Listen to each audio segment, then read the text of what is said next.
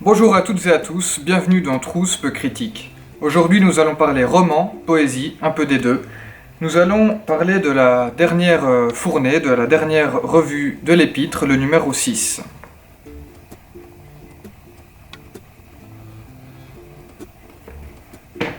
L'Épître est une revue fribourgeoise née en 2013 à Fribourg. Elle se voulait être au départ un tremplin, c'est-à-dire une sorte de revue où les auteurs peuvent exercer leur plume. Elle est aujourd'hui bien plus que cela, c'est une revue révélatrice de talents d'ici et d'ailleurs, de talents de 13 à 89 ans. Elle publie des auteurs qui écrivent un texte pour la première fois, à des auteurs confirmés qui ont obtenu plusieurs prix de littérature. La revue offre systématiquement un commentaire approprié au texte qu'elle reçoit, un commentaire travaillé. Elle s'évertue à faire un retour systématique.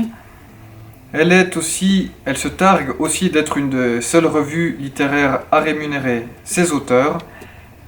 La fréquence de publication est d'une revue par an, et elle organise, en dehors de cela, une quinzaine d'événements par année.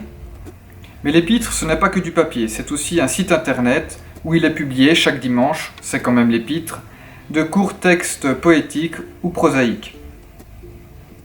Aujourd'hui, nous allons parler du 6e numéro.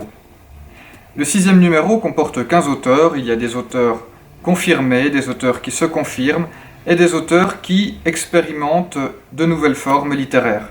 Évidemment, comme de toutes les revues, il y a à boire et à manger, il y a différents thèmes qui sont abordés, il y a différentes sensibilités et différents styles d'écriture.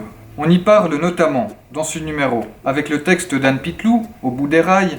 On y parle de la disparition que l'on choisit du jour au lendemain lorsque l'on veut fuir son quotidien qui devient trop lourd, qui devient trop oppressant.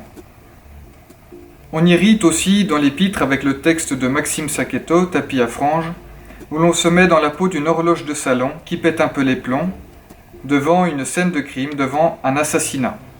Un assassinat autant burlesque que romanesque. On y parle aussi dans ce numéro de la dépendance douce, celle du chocolat dans le texte de Georgénie.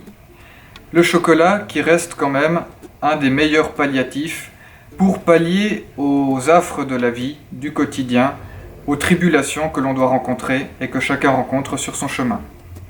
On y crée aussi des narrations originales, comme c'est le cas avec le texte de l'auteur Cédric Pignat, qui s'inspire, pour articuler son texte, du sommaire des titres de chapitres d'un autre auteur, Jean-Claude Izot, et de son livre Les Marins perdus, prouvant ainsi que la littérature est faite de vases communicants, de mots versés, puis reversés. On y lit enfin de la poésie, dans l'Épître, avec les géodes de Laurent Gallet, qui ne sont pas faites de quartz, mais de poèmes, et qui traduisent l'essence du monde. J'aimerais simplement ici lire un court extrait de ces poèmes, donc intitulé Géode, avec un poème qui s'intitule, lui, Aux maisons conjointes.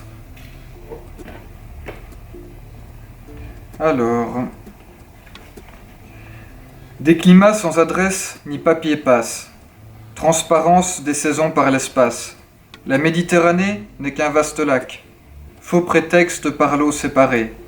L'Afrique est une maison conjointe, si proche en ceci qu'en nos chaleurs rudes, l'on pourrait toucher parfois des lèvres le sable que respirent les peuples du Sud. Car si l'Afrique est une maison conjointe à la nôtre, les distances entre les hommes ne sont finalement pas si grandes. Et c'est ce que nous dit au fond l'Épître en publiant des auteurs d'ici et d'ailleurs, des auteurs de tous les âges, raccourcissant ainsi nos différences géographiques, nos différences d'âge et nos différentes richesses, pour n'en garder, après coup, que le grain à moudre est la poésie. Voilà, je vous souhaite de lire ce 6e numéro de l'Épître, que ce soit sur les plages ou en montagne.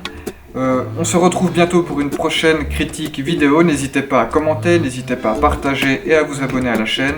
Merci à vous, merci à toutes et à tous, et à bientôt.